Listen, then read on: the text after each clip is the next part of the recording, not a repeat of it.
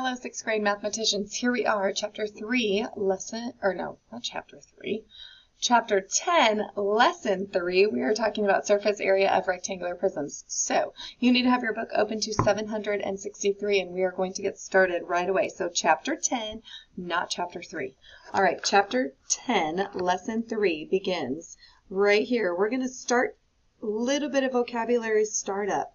So define surface. So we're going to be talking about surface area. So we need to know what surface is, we need to know what area is, and then we need to put them together. So define surface. Surface is defined as the outer face outside of a thing. Okay, so it's the surface, it's the outside. So think of a present, okay, and the outside is the surface, okay, because it's on the outside of the box.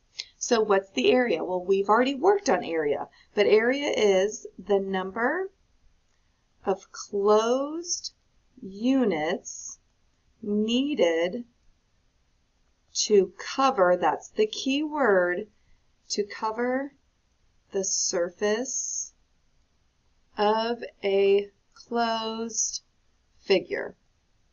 For example, if you have your little box that might look like this, okay?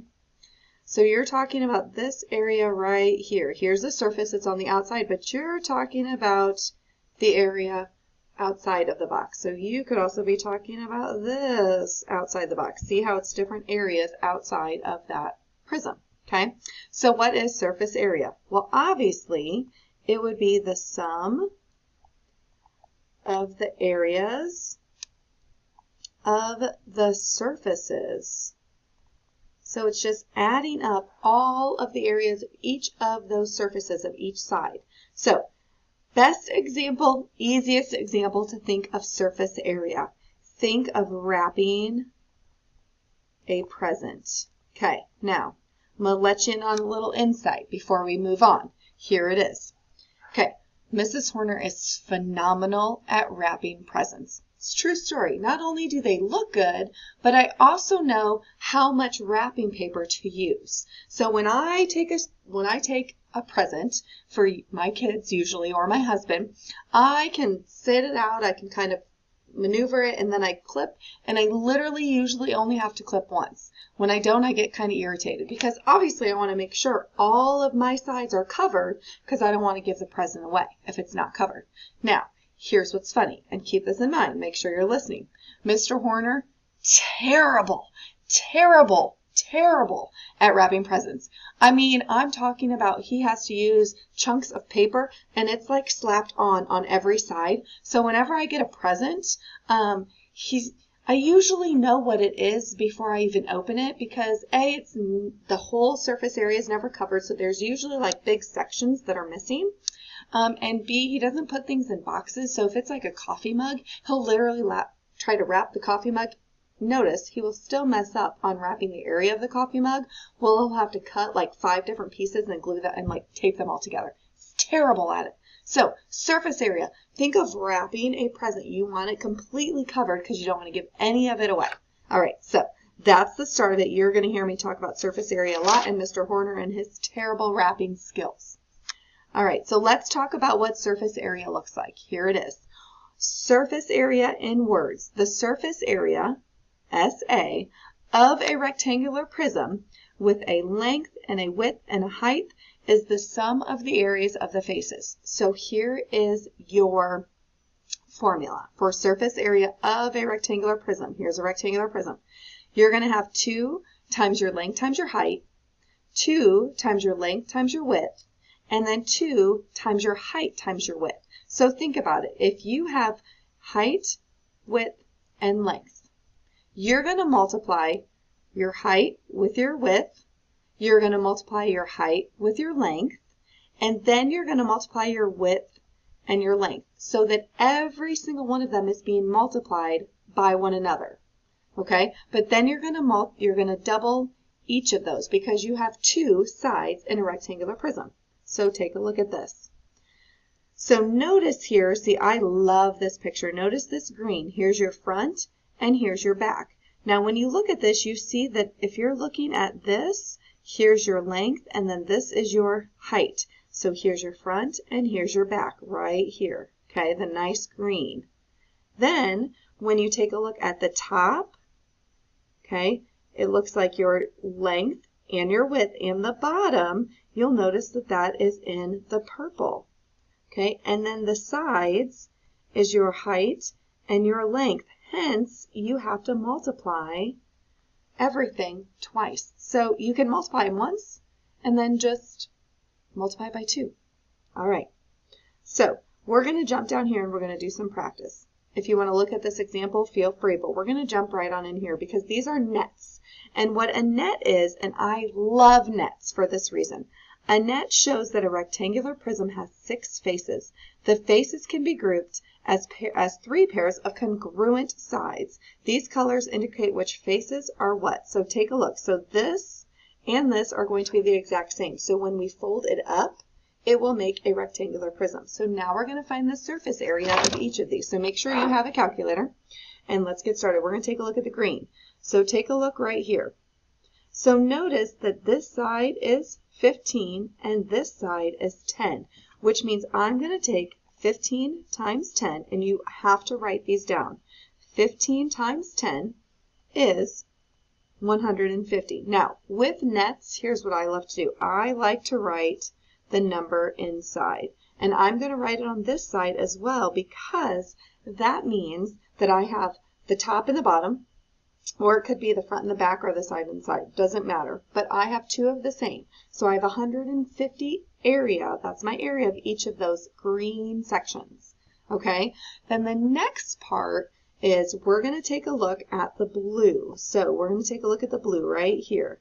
Okay, notice I have 2 of those, but we have to get our dimensions. So it looks like it is a 10 by 10, which means that that is 100. Notice I'm going to put 100 in each of those, okay? Then the next one is right here. So I've got to find my length and my width. So it looks like it is 15, and then it looks like this side opens up with this side, so it is the same as my other one, which happens, so that is 150. Now, I'm going to add all of those together because I'm trying to find my total surface area.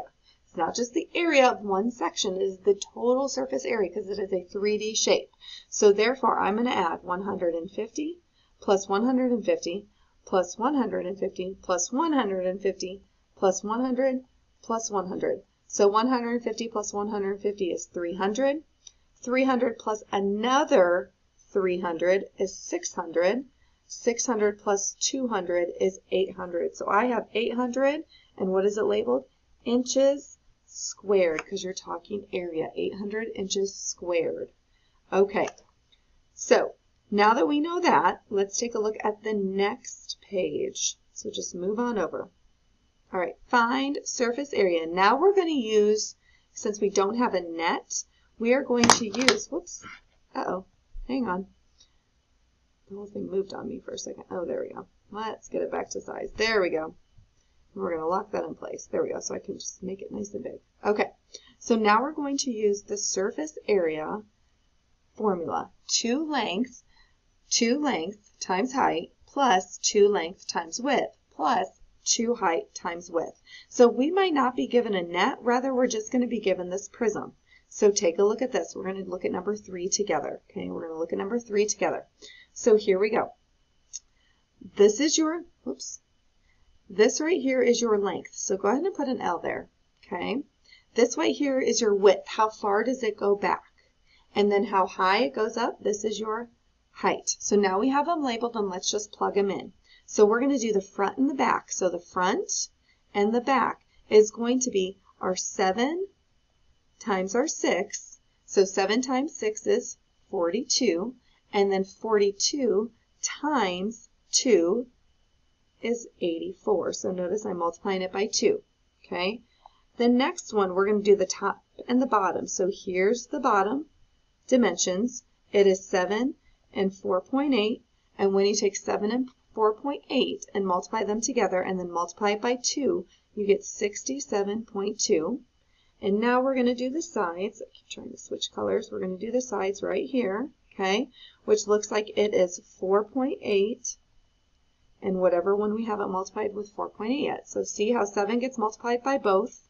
Okay, 7 gets multiplied by your height and your width, and then we're left with my width and my height. So when we multiply those together, we get 57.6. Then you add them all up. 84 plus 67.2 plus 57.6 equals 208.8 centimeters squared, or squared centimeters.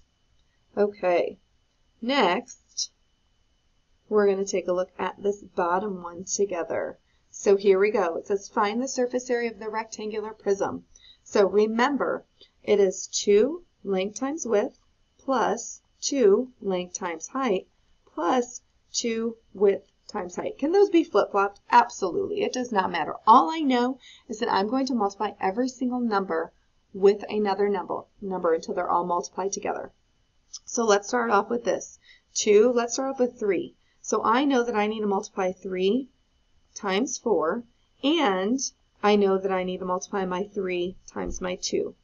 Okay, which means I've multiplied this with this and this with this, which means the only one that is left is multiplying 4 times 2. So 2, oops, let's do 2 times 4 times 2. So now we're going to multiply. 3 times 4 is 12. 12 times 2 is 24. 3 times 2 is 6. Times 2 is 12. And then 4 times 2 is 8. 8 times 2 is 16. Now I need to add all of those up because I have 24 plus 12 plus 16, which gives me a grand total of 52 meters squared, or 52 square meters. Okay, that's the teaching part of it. Now we are going to go into video 2, and video 2 is going to be all the practice parts. So we are going to be practicing this together. Everybody needs to be doing video 2 as well as this video. Okay, again, remember that we're going